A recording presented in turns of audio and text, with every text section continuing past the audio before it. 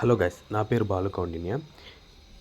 ఈ గత సంవత్సరం యొక్క 2023-24 ఎకనామిక్ సర్వేని రిలీజ్ చేయడం జరిగింది మన ఆర్థిక శాఖ మంత్రి నిర్మలా సీతారామన్ గారు. ఈ ఆర్థిక సర్వే అనేది ఏం చెప్తుందంటే, గత సంవత్సరంలో జరిగిన ఆర్థిక కార్యకలాపాల గురించి చెప్తూ రాబోయే బడ్జెట్ అనేది ఏం చెప్తుంది, రాబోయే సంవత్సరంలో మనము వివిధ సెక్టార్స్కి, వివిధ రంగాలకు కేటాయింపుల గురించి బడ్జెట్ చెప్తుంది. ఆర్థిక సర్వేనేమో ప్రీవియస్ ఇయర్, బడ్జెట్ ఏమో వచ్చే ఇయర్, ఇదనమాట.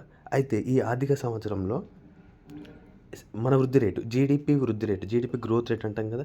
జీడిపి మన నేషనల్ ఇన్కమ్ అంటే ఏంటి? GDP, gross domestic product. అంటే మన ఒక భౌగోళిక ప్రదేశంలో ఉత్పత్తి చేయబడిన అంతిమ వస్తు సేవల విలువల మొత్తాన్ని మనం జీడిపిగా క్యాలిక్యులేట్ చేస్తాం. అది దేశానికి ఉంటే జీడిపి, రాష్ట్రానికి ఉంటే జిఎస్డిపి, డిస్టిక్ ఉంటే జీడబల్డిపి అని అంటాము.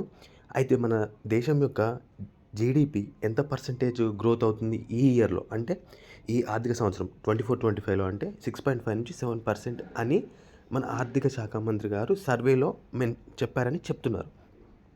అయితే ఈ సర్వేలో ఉన్న ముఖ్యాంశాలు ఏంటో చూద్దాం మనం. సవాళ్ళున్న మెరుగైన పనితీరు కనబరచవచ్చు. ఏటా 78.5 లక్షల ఉద్యోగాలను సృష్టించాలి. వ్యవసాయ రంగంలో తక్షణ సంస్కరణలు అవసరం. చైనా నుంచి మరిన్ని పెట్టుబడులు రాబట్టాలి. అంటే ఎఫ్డిఎస్, ఎఫ్ఐఎస్ అని చెప్పి చెప్తున్నారు. మన వృద్ధి రేట్ 6.57 అన్నారు. దేశ ఆర్థిక రంగం ఉజ్వలంగా ఉండొచ్చని సంకేతాలు ఉన్నాయని చెప్పి తెలిపారు. 2047 నాటికి వికసిత భారత్ లక్ష్యాన్ని సాధించేందుకు అవసరమైన చర్యలను సూచించారు. అంటే విదేశీ ప్రత్యక్ష పెట్టుబడులు, ఫారెన్ డైరెక్ట్ ఇన్వెస్ట్మెంట్స్ చైనా నుంచి మరిన్ని వచ్చేలాగా చూశారు. ప్రైవేటు పెట్టుబడులకు కూడా ఊతం ఇవ్వాలని చెప్పి చెప్తున్నారు. 2030 వరకు వ్యవసాయేతర రంగంలో ఏటా 78.5 లక్షల ఉద్యోగాలను సృష్టించాల్సిన అవసరం ఉందని చెప్పి చెప్పారు. పెరుగుతున్న ఆహార ధరల వల్ల ఇబ్బందులు పడుతున్న పేదలు, అల్పాదాయ వినియోగదారులు కూపన్లు లేదా నగదు బదిలీ ద్వారా ఉపశమనం కల్పించవచ్చని తెలిపారు. అండ్ ఆచితూచి అంచనా అంట. ఈ ఆర్థిక సంవత్సరంలో వృద్ధి రేటుపై అంచనాలను విషయంలో ఆర్థిక సర్వే ఆచితూచి వ్యవహరించింది. అంటే 6.5 నుంచి 7% మధ్య ఉండొచ్చని పేర్కొన్నారు. అయితే గత 23-24 ఆర్థిక సంవత్సరం యొక్క వృద్ధి రేటు ఎంత అంటే 8.2. వృద్ధి రేటు కన్నా తక్కువ అంటున్నారు. ప్రైవేటు పెట్టుబడులు వృద్ధి నెమ్మదించడం అంటే ప్రైవేట్ ఇన్వెస్ట్మెంట్స్లో గ్రోత్ లేకపోవడం, తగ్గిపోయింది. గ్రోత్ ఉంది, కాకపోతే గ్రోత్ స్లో అయిపోయింది. వాతావరణ పోకడలపై అనిశ్చితి వంటి కారణాల వల్ల ఇలా లెక్కలు కట్టినట్లు సర్వే పేర్కొంది. సంస్థాగత సంస్కరణలు అమలు చేస్తే 7% పైబడి సుస్థిర వృద్ధి రేటు సాధించే వీలుందని తెలిపారు. ఈ ఆర్థిక సర్వేలోని ముఖ్యాంశాలు ఏంటి అంటే, పెరుగుతున్న ఆరోగ్య సమస్యలు. అంటే భారతీయుల్లో మెంటల్గా ఆరోగ్య సమస్యలు పెరుగుతున్నాయని, ఇవి ప్రొడక్షన్ వాల్యూస్ని దెబ్బతీయొచ్చు అని చెప్పి వాటిపైన మనము దృష్టి సారించాలంటున్నారు. పాఠశాలల్లో కూడా మానసిక ఆరోగ్య నిపుణుల సంఖ్యను పెంచాలి. సైకియాట్రిస్ట్. చిన్నారుల్లో ఈ సమస్యలకు సామాజిక మాధ్యమాలను మితిమీరి వినియోగించడం కారణం. సోషల్ మీడియా ఇంపాక్ట్ చాలా ఉంది. ప్రాథమిక విద్యలో నాణ్యత పెంపొందించేందుకు సంయుక్తంగా కృషి చేయాలి. బోధన నాణ్యతను పర్యవేక్షించి అధికారుల పోస్టులను భర్తీ చేయాలి. భారత్లో 56.4% ఆరోగ్య సమస్యలకు ప్రధాన కారణం అనారోగ్య ఆహారమే, అంటే జంక్ ఫుడ్. పెద్దల్లో స్థూలకాయం 3 రెట్ల కన్నా ఎక్కువ పెరిగింది. గ్రామీణ ప్రాంతాలతో పోలిస్తే పట్టణాల్లో ఊబకాయాల సంఖ్య అధికంగా ఉంటుందంట. ఇది పట్టణాల్లో 29.8. 18 నుంచి 60 ఏళ్ల మధ్య గల వయసులో వారు 22.9% మగవారు, 24% ఆడవారు ఊబకాయంగా ఉన్నారు. డిజిటల్ చెల్లింపుల వ్యవస్థ ఈ-రూపీ విధానంలో ఎరువుల రాయితీని ప్రత్యక్ష బదిలీ, డైరెక్ట్ బెనిఫిట్ ట్రాన్స్ఫర్ రైతులకు అందించాలంట. ఏది? డిజిటల్ చెల్లింపుల ద్వారా రైతులకి ఎరువుల రాయితీని అందించాలంటున్నారు. అయితే ఇక్కడ జీడిపి వృద్ధి అంచనాలు ఈ సంవత్సరము అంటే 24-25 ఆర్థిక సంవత్సరంకి 6.5 నుంచి 7%, గత సంవత్సరము 2023-24 ఆర్థిక సంవత్సరానికి 8.2% ఉన్నాయి. అయితే ఇంకా చూస్తే దేశ ఆర్థిక వ్యవస్థ 2030 వరకు సగటున 78.5 లక్షల కొత్త ఉద్యోగాలు సృష్టించాలంటున్నారు. అందుకు 33,000 కంపెనీలను శాంపిల్గా చేసుకొని జరిపిన సర్వేలో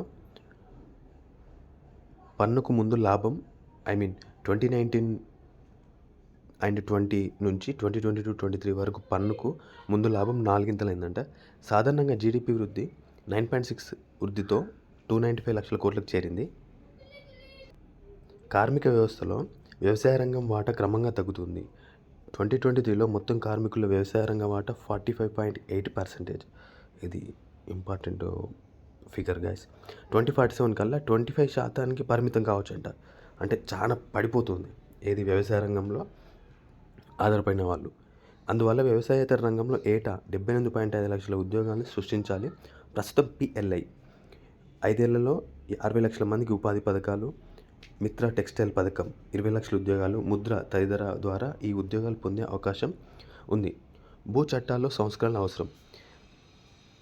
చౌక దిగుమతుల అంశంలో జాగ్రత్త. ఇతర దేశాల నుంచి వస్తున్న చౌక దిగుమతుల విషయాల్లో జాగ్రత్తగా ఉండాలని హెచ్చరించారు. అంటే చైనా నుంచి వచ్చే చీప్ అండ్ బెస్ట్ క్వాలిటీ వాటి నుంచి జాగ్రత్తగా ఉండాలని అంటున్నారు. For example China. భూ చట్టాల్లో సంస్కరణలు అవసరం. తాత్కాలిక ఉపాధి పొందే వారికి సామాజిక భద్రతను కల్పించేందుకు స్టాఫింగ్ కంపెనీలు కృషి చేయాలి. ఫ్లెక్సీ వర్కర్ల నియామకాలు పెంచాలి. వ్యవసాయం నుంచి ఇతర రంగాలకు వెళ్ళే వారి మంచి ఉద్యోగాలను సాధించి పెట్టడం అనేది సవాలే. భూ కార్మిక చట్టాల్లో సంస్కరణలు, నిబంధనల సరళీకరణ ద్వారా నియామక ప్రక్రియను వేగవంతం చేయాలని రాష్ట్ర ప్రభుత్వాలకు సర్వే సూచించింది. పర్యాటకంలో భారీ ఉద్యోగ అవకాశాలు. తయారీ సేవల రంగంలో ఉద్యోగాల కల్పన తగ్గుతున్న నేపథ్యంలో పర్యాటక ఆతిథ్య రంగాల్లో భారీగా ఉపాధి అవకాశాలు పొందే ఛాన్స్ ఉందని చెప్పన్నారు. ఇందులో 2023 విదేశీ పర్యాటకులు రాక 92 లక్షలు. వీరి ద్వారా వచ్చిన ఆదాయం 2.3 లక్షల కోట్లు. 2022 పోలిస్తే 2023లో పర్యాటకుల్లో వృద్ధి 43.5%. వీరిపై ఆదాయంలో వృద్ధి 65.7%. ఇక్కడ గొలుసుకట్టు హోటళ్ళ ద్వారా అందుబాటులో మొత్తం గదుల సంఖ్య, ఇది అంత డెప్త్ ఏం అవసరం లేదు. చైనా నుంచి FDIని పెంచాలి. అమెరికా, ఐరోపా చైనా నుంచి దూరంగా జరుగుతున్న వేళ, అంటే అమెరికా, ఐరోపాలు చైనా నుంచి దూరంగా వెళ్తున్నాయి. అటువంటి టైంలో మన ఇండియా FDIని చైనా నుంచి మనం రాబట్టుకోవాలి, పెట్టుబడులను ఆకర్షించాలి.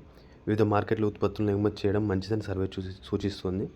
తద్వారా అమెరికాకు మన ఎగుమతులు పెరుగుతున్నాయి. గతంలో తూర్పు ఆసియా దేశాలు భారత్కు వస్తున్న మొత్తం FDIలో 2000 నుంచి 2024 వరకు చైనా వాటా 0.37 మాత్రమే 22వ స్థానంలో ఉంది.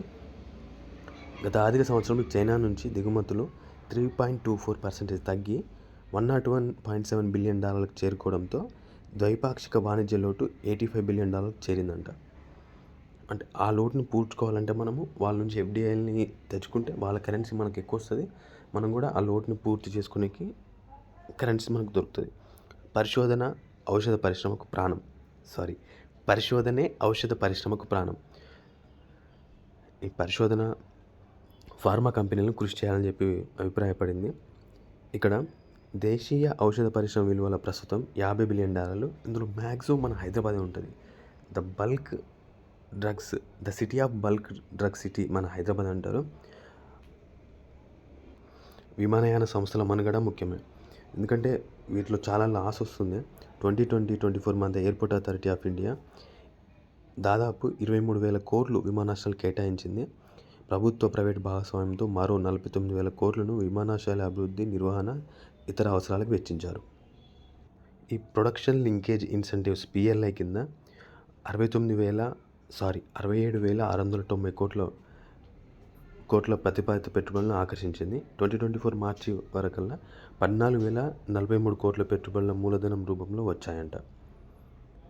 2023-24లో వాహన ఉత్పత్తి ప్రయాణికులవి 49 లక్షలు, త్రిచక్ర 9.9 lakhs, ద్విచక్ర 214.7 lakhs, వాణిజ్య వాహనాలు 10.7 lakhs. ఐఫోన్ల తయారీలో జోష్. 2023-24లో భారత్ $14 బిలియన్ విలువైన ఐఫోన్లను యాపిల్ సంస్థ అసెంబ్లింగ్ చేసింది. అంతర్జాతీయంగా యాపిల్ తయారు చేసిన ఐఫోన్లలో ఇవి 14% సమానమని మన సర్వే చెప్తుంది. దీంతో అంతర్జాతీయ ఎలక్ట్రానిక్స్ ఎగుమతుల్లో మన దేశ ర్యాంకింగ్ 4 స్థానాలు మెరుగుపడి 24వ స్థానానికి చేరింది. 2023-24లో అమెరికా మొబైల్ ఫోన్లు సహా ఎలక్ట్రానిక్స్ ఎగుమతుల్లో $5.7 బిలియన్ వృద్ధి చెందాయి. 2022-23లో ఇవి $2.2 బిలియన్ ఉన్నాయి. సుమారు 18,200 కోట్లుగా ఉన్నాయి. ప్రస్తుతం కర్ణాటక, తమిళనాడులో ఐపీఎల్ ఫోన్ల సారీ, యాపిల్ ఫోన్ల అసెంబ్లింగ్ ఫోక్స్కాన్ అనే కంపెనీ చేస్తుందంట. దేశీయంగా ఎలక్ట్రానిక్స్ తయారీ 8.22 లక్షల కోట్లు, ఎలక్ట్రానిక్స్ ఎగుమతులు 1.9 లక్షల కోట్లు. తెలంగాణలో 3 గ్రీన్‌ఫీల్డ్ విమానాశ్రయాలు. గ్రీన్‌ఫీల్డ్ విమానాశ్రయాలు అంటే అది కొత్తగా ఎస్టాబ్లిష్ చేసి కన్‌స్ట్రక్షన్ చేసే కొత్త వాటిని గ్రీన్‌ఫీల్డ్ విమానాశ్రయాలు అంటారు. అంటే పాత వాటిని బాగు చేయడం కాకుండా కొత్త వాటిని నిర్మించడమే గ్రీన్‌ఫీల్డ్ విమానాశ్రయాలు. ఇందులో కొత్తగూడెం, నిజామాబాద్ జిల్లా జక్రాన్‌పల్లి, మహబూబాబాద్‌లో కొత్త ఎయిర్‌పోర్ట్‌లు నిర్మించాలి. అట్లనే వరంగల్ జిల్లా మామునూరు, పెద్దపల్లి జిల్లా బసంత్ నగర్, ఆదిలాబాద్ ఎయిర్‌పోర్ట్‌లని పునరుద్ధరించాలి. అంటే ఇవి పాతవి, వీటిని రెనోవేట్ చేసి డెవలప్ చేయాలని చెప్పి సూచిస్తున్నారు. ఈ 6 విమానాశ్రయాలకి సంబంధించింది ఎయిర్‌పోర్ట్ అథారిటీ ఆఫ్ ఇండియా అధ్యయనం చేసిందని, పౌర విమానయాన శాఖ అనుమతులిస్తే ఒకేసారి పనులు మొదలుపెట్టొచ్చని ఎంపీ చెప్తున్నారు. ఇది good initiative for Telangana state guys. Pharma రంగంలో తెలంగాణ అగ్రగామి. 1000కి పైగా లైఫ్ సైన్సెస్ కంపెనీలు ఇక్కడే. తెలుగు రాష్ట్రాల్లో పెరుగుతున్న ఉపకాయలు. ప్లాస్టిక్ తగ్గింపులో సిద్దిపేట చొరవ స్ఫూర్తిదాయకం. కేంద్ర ఆర్థిక సర్వేలు చెప్పిరంట. ఇక్కడ అనారోగ్య ఆహారంతో 56% రోగాలు వస్తున్నాయన్నారు. ఫార్మా రంగానికి చెందిన మొత్తం ఉత్పత్తుల్లో 30% తెలంగాణలో జరుగుతున్నాయి. 1000కి పైగా లైఫ్ సైన్సెస్ కంపెనీలు ఇక్కడ ఉన్నాయి. అమెరికాకు చెందిన FDA food and drug administration అనుమతులున్న 200 సంస్థల జనరిక్ మందులు తెలంగాణలోనే ఉత్పత్తి అవుతున్నాయని సర్వే చెప్పింది గాయస్. అయితే సహకార సంఘాల్లో తెలంగాణది 3వ స్థానం. రాబోయే 5 ఏళ్లలో ప్రతి గ్రామ పంచాయతీలో ఒక ప్రాథమిక వ్యవసాయ సహకార సంఘం, PACS అంటాం, ప్రైమరీ అగ్రికల్చర్ కోఆపరేషన్ సొసైటీ సంఘం ఉండాలని లక్ష్యంగా పెట్టుకున్నారంట. సిద్దిపేట స్టీల్ బ్యాంక్ దేశానికే ఆదర్శం. ఇక్కడ సిద్దిపేట జిల్లాలో వినూత్నంగా అమలవుతున్న స్టీల్ బ్యాంక్ కార్యక్రమం దేశానికే ఆదర్శంగా నిలిచిందని సర్వే ప్రత్యేకంగా ప్రస్తావించింది. మాజీ మంత్రి సిద్దిపేట ఎమ్మెల్యే హరీష్ రావు గారు చొరవతో బాల వికాస్ సంస్థ సహకారంతో సిద్దిపేటలో 4 ఏళ్ల క్రిందట తొలి స్టీల్ బ్యాంక్ని ఏర్పాటు చేశారు. ఇప్పుడు అంటే ప్లాస్టిక్ రహిత వాటి యూజ్ చేయాలని చెప్పి స్టీల్ బ్యాంకు ఇనిషియేటివ్ తీసుకోవడం జరిగింది. అక్కడున్న మిగతా లోకల్ బాడీస్ కూడా స్టీల్ వాటిని యూజ్ చేయాలని చెప్పి అక్కడ యూజ్ చేస్తున్నారు. సిద్దిపేట జిల్లాలో 499 గ్రామ పంచాయతీల్లో మినీ స్టీల్ బ్యాంకులు అందుబాటులోకి తెచ్చారు. పంచాయతీ నిధులతో స్టీల్ ప్లేట్లు, చెంచాలు కొనడం జరిగింది. వీటిని అద్దెకివ్వడం ద్వారా స్వయం సహాయక సంఘాలకు, గ్రామ పంచాయతీలకు అదనపు ఆదాయం సమకూరుతుంది. పైగా ప్రతి నెల 28 క్వింటాల ప్లాస్టిక్ వ్యర్థాలను అడ్డుకట్ట పడుతుందని సర్వే స్పష్టం చేసింది. ఈ వినూత్న ఆలోచనను ఇతర రాష్ట్రాల్లోని అనేక స్థానిక సంస్థలు అనుసరించాయని, ఇదే విషయాన్ని హరీష్ రావు గారు తన ట్విట్టర్ X ఖాతాలో పంచుకున్నారు. సిద్దిపేట స్టీల్ బ్యాంకుల ప్రత్యేకత, ప్రయోజనాలను గుర్తిస్తూ కేంద్ర ఆర్థిక సర్వేలో ప్రస్తావించడం గొప్ప విజయమని అభివర్ణించారు. So this is for guys. And ఈ ఆర్థిక సర్వే గురించి డీటెయిల్గా ఇంకొక వీడియో చేయడానికి ట్రై చేస్తాను గైస్. వాటి టెర్మినాలజీ అండ్ డాటా ఎక్స్ప్లెయిన్ చేయడానికి ట్రై చేస్తాను. Thanks for being on my YouTube channel. Thank you so much.